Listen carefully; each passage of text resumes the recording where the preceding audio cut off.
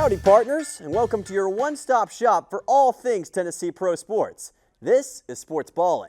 I'm Dylan Simmons, joined alongside Connor Smith and Devin Lockhart. And boys, welcome to the Haunted Set. How are we doing on this fine Halloween week? I'm a little roughed up, but I'm passing by and happy to be here with you guys. You know, me personally, Dylan, I'm doing pretty good. But if you guys got my case about making some bad calls when they're not, I'm going to be pretty upset, just saying. Yeah, why did we invite a ref to this place? Personal foul, taunting. Taunting? 15-yard penalty. Throw the water bottles, throw the water bottles.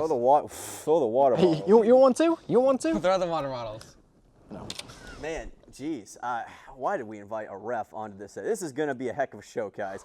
Now let's get to the content. Down in South Beach, we saw some crazy stuff at Homestead Miami Speedway in the penultimate round of 8 race for the NASCAR Cup Series. The race featured several major incidents, including Kyle Larson, whose day was virtually ended after a crash with 13 laps to go.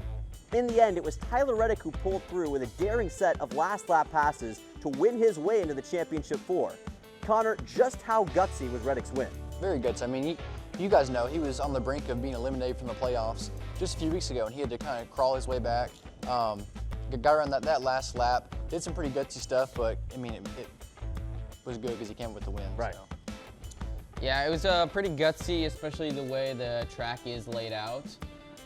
Tough track to race on, but I think he took some notes from Joey Logano's crew, but he also had a little Ricky Bobby in him, a little shake and bake. Oh, so, a little shake and bake, Ricky Bobby. On those risky plays. Love that movie. Now, I think this was a great race, and honestly, the last few races in the round of 8 have been tremendous. Early on, this seemed like Tyler Reddick's race to lose, and he did a great job all day long. 97 of 267 laps, led most of anybody in the race. But remember, he also flipped his car last week in Las Vegas, so he had a lot riding on this race, going in and getting a victory, and that's exactly what he did. If you're going to win this championship, you've got to find a way to be clutch, and that's exactly what he did. That last lap pass, that was unreal. What impressed me the most about it was Reddick had to go by Hamlin in turns 1 and 2 on the bottom. Then in turns 3 and 4, he has to go by Blaney on the top. You hardly ever see a driver take 2 different grooves on a racetrack unless it's, say, Darlington on the last few laps. So that was incredibly impressive that he was able to pull that off. But also, tough day for Kyle Larson. I mean, that was a brutal wreck with 13 laps to go, and I think he just got a little too aggressive for his own good. What he tried to do going 3 wide into turn 3, it's like trying to eat a 10-piece McNugget meal when you've got a full course meal at Cheddar's waiting on you. So I think it was just a little too over-aggressive, a little too much too soon, and now he's on the outside looking in, heading into Martinsville. So things are getting dicey for him and a lot of drivers for that case. Yeah, I don't really understand. He was in a good spot, right. And at that point, you take the result you get, live to fight another day, and he decided to be aggressive, try and go for the win. It backfired on him, so. I mean, I just think that he's got to consider the circumstances a little better. But, with Martinsville coming up, we've seen some dramatic stuff happen in the past. I'm thinking back to the Ross Chastain Hale Mellon. Do you guys think we could see something like that, something a little more aggressive, something a little bit out of the box in Martinsville? I mean, we have seen some crazy finishes there before. For sure. I think so. Everybody's got nothing to lose, basically. Yeah. It's down to the final race. Either you win and you're in, you lose and you're out. So you're going to see some wild stuff out there. Real quick, who do you guys think is going to win this championship? I mean, do you think it's going to be Logano, Larson, Reddick? Any picks right now? I'm going with at once was a bad pick, but give me Tyler Reddick. You think Tyler Reddick? Okay. Devin? I'm going to go with Logano. Oh. I saw those risky moves and questioned me, but wrong. I think, his team will be able to smartly get the job done. I hope you're wrong about Joey Logano. Cannot stand the thought of him winning a 3rd championship. But moving on, guys, the Grizz, they look scarier than my 11th grade math scores on Saturday night against the team they faced off against in the Orlando Magic. The Grizz blitzed their way to a 69-43 halftime lead and never looked back on their way to a 124-111 dub. Devin, is this Grizzlies team looking legit in your eyes? I think it is, especially the way Edey got off to a hot start. Yeah. I was kind of expecting them to, wake up later down the season, but they're off to a hot start. And my big thing is, will they keep this going? Great passing and great ability to move it around the court, and then as well as the ability to drive in and finish was what really stood out to me. Yeah, I mean, everything they're doing is what creates winning basketball. They're scoring, number 6 in the league in scoring. They get you to turn the ball over. They average about 14 turnovers forced a game. They've got good scoring ability from Ja, Jaren Jackson. Even a guy who last year wasn't that great, Santi Aldama, has really stepped up, averaging 17, 6, and 3 this year. I mean, having a career year. So with him in the mix, along with your star players, this team is for real, I think. I mean, somewhere I can hear Houston Chapman in the distance, yelling from the mountaintops that the Grizzlies are back after that big victory. Now, you guys may laugh at me for this. You may think, what is he talking about? But I honestly didn't know who Santi Aldama was. Really? I'm trying to remember who this guy was last year. I completely forgot, but I know who he is now. 22 rebounds, or 22 points, 7 rebounds, 5 assists. Also, Jay Huff scored 18. Ja didn't even have to be otherworldly. He got a double-double, but he wasn't his usual spectacular self, and they were still good enough to easily get the victory. And really, the Magic, they just started off well on the wrong foot. And to me, this felt like a Miami Heat win, where a lot of the role players step up, kind of take a bigger role, and end up getting the job done for the team. So really for the Grizzlies, if they can put a full team performance like this together and the bench continues to perform, sky's the limit for how good this team can be. Oh, yeah. Yeah, it definitely is, especially I think that was definitely the piece they were missing was Edey, Zach Edey down in the paint. He had multiple finishes, and he was able to get as many rebounds as he could, and that was really their weakness last year, was being able to finish the job. They would shoot and just walk away, but now they have Zach Edey, so it's going to be a big impact this year. Yeah, I think it will be, and to me, they need to keep those Vancouver jerseys because those things were phenomenal. Those were some awesome. of the best jerseys I've ever seen. If they keep that up, they're probably going to keep winning all their games throughout the rest of the season. No. The parade is certainly back on inside the city in West Tennessee. When we come back, we're going to have the Titans play one of the games of all time, and the Preds claw their way back into contending status. All that and more on the other side of this break.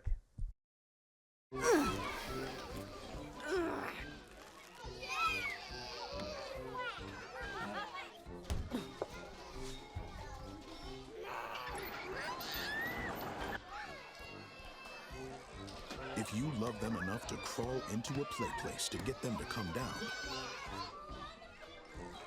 then surely you'll check nhtsa.gov/the-right seat to make sure they're in the right car seat. When it comes to making plans, you are the best. Remember the best planned 90 minutes of your life? Or that surprise party for your parents' golden anniversary? You get the golden planning. The same way you plan each detail for those moments, start planning to protect you and your loved ones from a natural disaster. Sign up for local weather and emergency alerts. Prepare an emergency kit and make a family communications plan. Protecting your family is the best plan you can make. Every day, thousands of kids start vaping. And I can't let this happen to my kid. Of course, it's awkward to talk to kids about the dangers of vaping. Hey, bestie, how sketch is me? It's hard to get their attention. Ready? Go. Yes, look at that. You didn't even turn yours over. So if you want to talk to your kids about the dangers of vaping, you have to get it trending. Right, Backpack Kid? Let's do it. First, invite your kid to do the vape talk. Let's try this. All right. Why is he here? Yeah, I gotta get it trending, honey. Come on.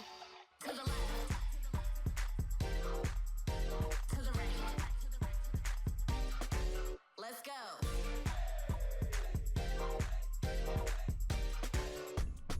Oh, honey, can we talk? Yeah, what's up? I see a lot of your friends vaping. Visit talkaboutvaping.org for tips on when and how to have the vape talk. Welcome back. To quote the great John Facenda, there are 31 NFL teams, and then there are the Tennessee Titans. And boy, are they harder to watch than a Stephen Curry music video. The Titans stumbled out of the gate by falling behind 35-14 by halftime to the Detroit Lions, and things would only get worse. Mason Rudolph had 2 interceptions, and while the Titans could not manage a 100-yard rusher, it got even worse throughout the rest of the game. Devin, after losing 52-14, what can you even say if you're a Titans fan? Nothing really. I mean, you can say that you're sad that Will Levis didn't play because you don't get memes. But other than that, I mean, the defense is shaky. Secondary is not good at all. Our quarterback issues on deciding who it is. Our number one wide receiver, DeAndre Hopkins, never played, then just got traded away. So it's kind of like we're in a sell mode right now. You know, I'm not going to blame the defense just yet. Have they been atrocious? Yes. However, 52 points this game, 28 of that was from a punt return touchdown. Yes. And the Titans giving them the ball inside their own 20. What do you want them to do whenever they have 20 yards max to go drive and score a touchdown? Like, are you really expecting the defense to get a stop? That's not on the defense, honestly. I mean, you take those out, that's a 24-14 ball game. I mean, we can't blame it all on the defense, but still, the whole entirety of the Titans team, they're just an affront to football right now. Yeah. That was horrendous what we saw. I don't think there are words in the English dictionary that can properly describe just how atrocious, can't even talk. These Titans get me so wound up. Not on air. They were awful. Now, here's a stat that tells the story. The Titans had 416 total yards, 258 passing yards, while the Lions had 225 total yards and 61 passing yards. Who do you think won the game? And who do you think won the game by 1,000,000 points? The Detroit Lions, that's right. Mason Rudolph, absolutely not with it. And I miss Captain Meme Will Levis. Man, I just miss that guy. He would have at least made the game entertaining, okay? He would have made it fun to watch. He always brings that certain energy that only he can provide. And without him, these Titans games just aren't fun. Give the Lions credit. They broke the Titans without breaking a sweat. The scary thing is they could have won by even more. Like I said, Jared Goff didn't even break 100 passing yards. Their running game could have been even better, and their special teams was as dominant as ever. So this Lions team, as much as I hate to admit it, they're looking really, really good right now, guys. Yes. Now, the Preds, they've also found a little bit of life as of late. Much like Jason Voorhees, this team can never truly die. Nashville scored 3 goals combined in the third period and overtime in their last game and were kept alive late by great defense and goalkeeping from Scott Wedgwood. It was Jonathan Marchessault who took matters into his own hands by delivering a shake-and-bake goal to quote Ricky Bobby, as you mentioned, Devin, in overtime to clinch a 4-3 win for Nashville. Fellas, was this emblematic of who the Nashville Predators really are? I think they were, like me, in recovery mode, and they started off really bad. They started off getting just punched and tossed around in the ice, but now they're all bandaged up, and they're starting to come back. Overtime, tough loss tonight as they lost in overtime to the Lightning. Little stammer return to Amalie, but hey, it was still a very hard-fought game, and they were down going into the third, 2-0. They came back, but unfortunately they were unable to finish the job. You know, everything that the Predators did in the first 5 games, throw it out the window. Since then, they have been a top-scoring team. UC is finally stopping some goals from getting through. And it wasn't always on UC. I mean, you knew the defense was putting them in bad spots. They're doing a lot better stuff now. Definitely. But I mean, I think they're back to where we thought they would be. That's a good team. Well, I mean, to me, it goes like this. Hey, Preds, it's good to have you back. I mean, I don't know what the 0-5 thing was, but man, I'm so glad you found a way back to life and found some actual form. Now, to me, this has come down to, like you mentioned, the consistency in offensive performance. The Columbus game came down to the third period performance, and this is what the Preds lacked in the early part of the season. Great play late on, and that's what we saw from Philip Forsberg, Jonathan Marchessault, and Scott Wedgwood. So this team, if they can keep it going, they'll be a legit contender. The Catfish are back, and the NHL better keep their eyes on them. When we come back, it's time for the scariest hot takes in all of television. It's our annual Haunted Hot Takes when we come back on Sportsballin.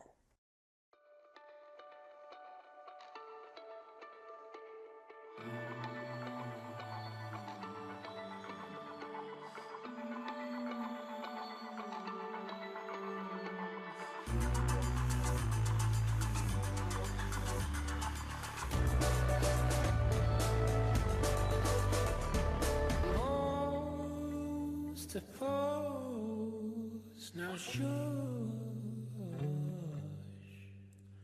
she makes the sound she makes to calm me down. Oh.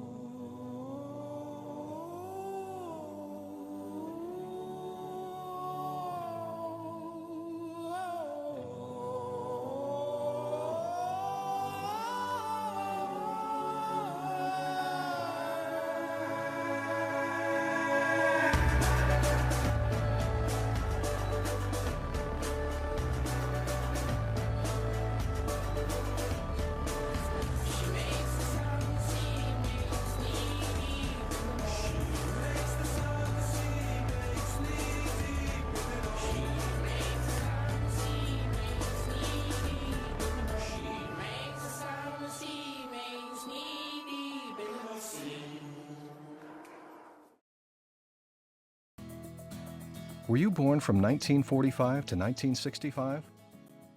People born during these years are 5 times more likely to have hepatitis C. But most people with hepatitis C don't know they're infected. So even if you try to eat right, exercise, and take care of yourself, you could still have hepatitis C, a serious liver disease. People can live for decades without feeling sick, but over time, hepatitis C can cause serious health problems and even lead to liver cancer. Getting tested is the only way to know if you're infected. That's why the CDC recommends everyone born from 1945 to 65 get a blood test for hepatitis C. Treatments are available that can cure this disease, so talk to your doctor about getting tested. It could save your life.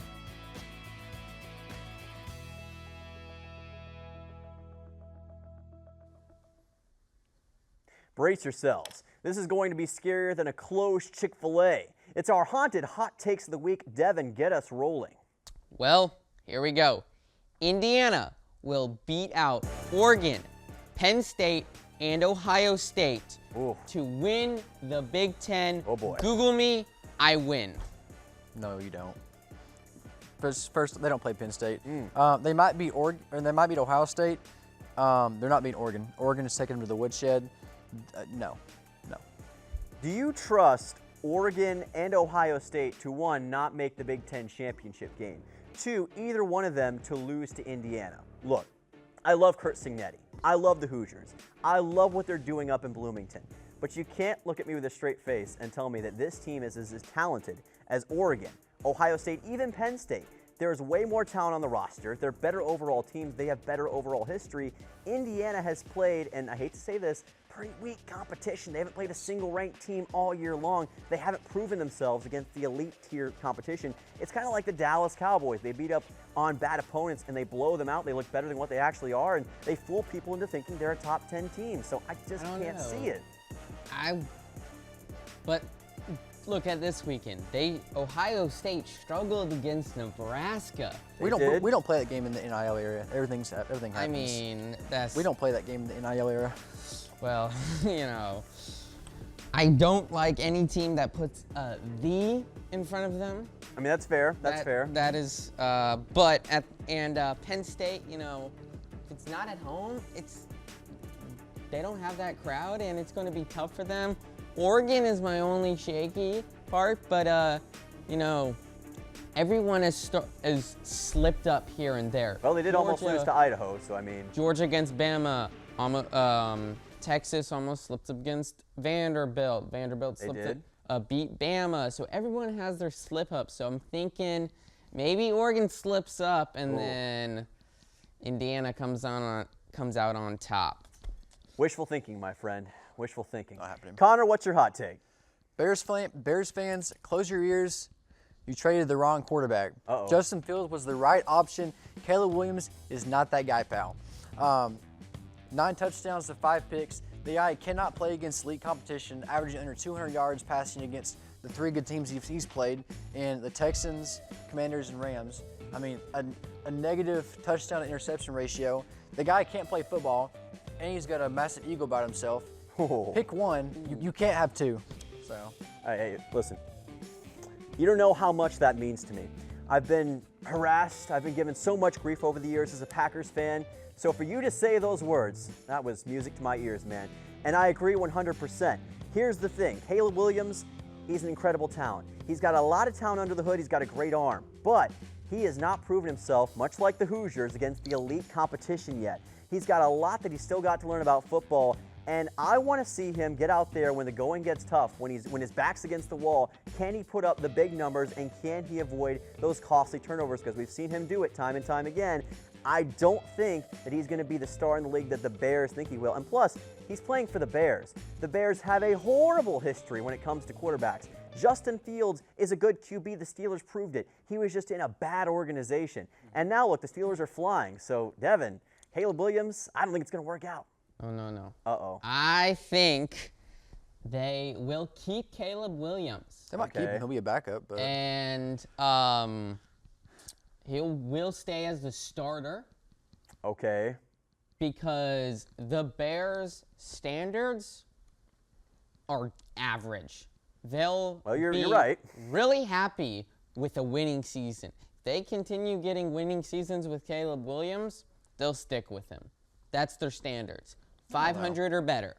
I mean, whenever you have DJ Moore, Keenan Allen, Rome Odunze, DeAndre Swift, Cole Kmet, you got the weapons to compete and be an elite offensive team. Are we? Yeah. You know, and he's just not getting it done. He's not getting it done. He's not that guy. The weapons are going to go away earlier than Williams. And he'll get even worse, and they'll do what they did to Justin Fields and run him out of town on a rail. So the Bears are way too impatient when it comes to quarterbacks as well, so Caleb Williams may not even get a chance at the end of the day. I just don't think it's going to work out. I think everybody needs to go off the hype train and go somewhere else, because Caleb Williams' hype train is stuck. It's stalled in the station. Now, for my hot take, the ACC and the Big 12, yes, will each get 3 teams in the college football playoff. Not the SEC, not the Big 10. I'm saying the ACC and the Big 12. You heard me right. Now, look, I know what you're thinking, but trust me, there is a way to make this happen.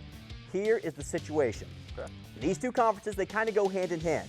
Now, BYU and SMU are the 2 teams I'm going to start with. Did you guys know that the SMU Mustangs are 7-1 right now? It's true, they're undefeated in ACC play as well, and their lone loss to undefeated BYU. Now, if BYU wins out and is undefeated at the end of the regular season and SMU does the same, do you really think they both won't make it in the playoff? Now, the ACC could very well end up with 3 teams as well, because if Miami, Clemson, and SMU all went out and Clemson beats Miami in the ACC championship game, then that's 3 one-loss ACC teams. I think they would all make it. I think that would make sense. Big 12, same situation. Let's say BYU wins out and they play Kansas State in the Big 12 title game. That would have 3 Big 12 one-loss teams: BYU, Kansas State, and Iowa State. And again, I think all 3 would have a very realistic situation to make the CFP. So that's how all 6 of those teams could get in. And yeah, the SEC and the Big 10 have some great schools, but if you're a one-loss squad, who's to say you shouldn't make it in the CFP? I think there's a great argument to be made, but what do you guys think? Flag on the play, terrible take. Terrible take. This is why we brought a ref onto the Thank you. the show. That's why. Still think it was a mistake. By That's the why. way, 5 teams from the SEC will make it. 5. Then you got 3 from the Big 10. That's 8. G5 spot 9. You really think they're getting more than maybe 2 at max? Yes. It's not happening, my friend. It is happening. No. Go over there. No. You're I'm being put in saying timeout. Miami will get in. Yeah. SMU hasn't had any competition. I mean, look at the ACC. Come on. There's no Good one- conference. Elite. Oh my God. It's the worst no, Power it's 4 not. conference. It is the No. worst Power 4 conference. It's not. It's really not even considered a 12's Power worse. 4 conference anymore. It is. No, it's not. It's got brand names. Miami, Clemson, and 20 years ago. Florida State, but 20 you years know. ago, maybe. No. I mean, they'll get Miami in, and then they will. Not really anyone else. Maybe Clemson. Maybe Clemson, because the committee just loves Clemson, and always As they wants to- should. always wants to see a Clemson versus Bama playoff or something, and then BYU will get in, and maybe Kansas State. Other than that, that's it. 6 teams. 3 from the Big 12, 3 from the ACC. They're all getting in, and I'm standing firm on that. Listen, even the Blair Witch Project could not match the terror that all those hot takes just gave you. When we come back, we'll have our Halloween edition of Picks of the Week. That's coming up right after this. I was trying to fix all the things that were going on. Ryan's daydreaming, an inability to focus. It was just frustrating to get my mom to understand what I was going through. So that's when we talked to a doctor, and she was diagnosed with ADHD. It just explained so many things for us. Hyperactivity isn't the only symptom of ADHD. Inattentive symptoms like Ryan's can be less noticeable. Learn more. Get the ADHD symptom checklist at keepmomming.com. Then talk with your daughter's doctor. Keep momming. I'm a firefighter. A teacher. I'm a farmer. I'm a barber. A waitress. A mom. We're all part of your community. Every day we move in and out of each other's busy lives. It's easy to take for granted all the little moments that make up our everyday. Some are good, others not so much. But that's life. It's when you experience a moment of uncertainty. Something or someone's behavior that doesn't seem quite right. These are the moments to take a pause. Because if something doesn't feel right, it's probably not. It's not about paranoia or being afraid. It's about standing up and protecting our communities. One detail at a time. Because a lot of little details can become a pattern. We trust our instincts. Just like you should. Because only you know what's not supposed to be in your everyday. So protect your everyday. If you see something suspicious, say something to local authorities. I've won Olympic gold medals. But this is a race I really want to win. 10 people in America drown every day. It's the race to save lives. 1 in 5 kids are younger than me. Growing up, my mom was afraid of the water, something she did not want me to feel. So I enrolled Missy in swim lessons. Swimming became my passion. It changed my life. And now you can do the same for someone that you love. Drowning is preventable. Did you know that swim lessons reduce the risk by 88%? Visit usaswimmingfoundation.org to find, get, or give a swim lesson. There's nothing more precious than your child's well-being. So act now before it's too late. Make us swim! I'm glad I did. Thanks, Mom. The USA Swimming Foundation, saving lives and building. Welcome back to Sports Ball, and it's now time for our picks of the week. We'll start with the Brooklyn Nets taking on the Memphis Grizzlies Wednesday at 7. Give me the Memphis Grizzlies. Brooklyn has struggled a bit, and Memphis, you know, got off to a hot start, and I think they're going to keep that continuing. Yeah, give me Memphis. Like you said, Brooklyn's on the downhill slope. The Grizzlies, they're shooting it like Curry, so give me Memphis. Well, I personally hate the Brooklyn Nets as a Boston Celtics fan, so I hope Memphis absolutely destroys them. So give me the Grizzlies to win by 25 in this one. Next up, the Oilers and the Preds Thursday at 7.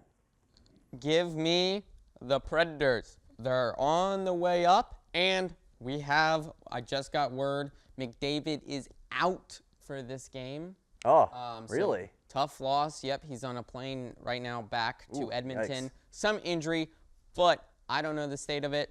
But give me the Predators. All right, quick question. How many goals are you scoring in that one?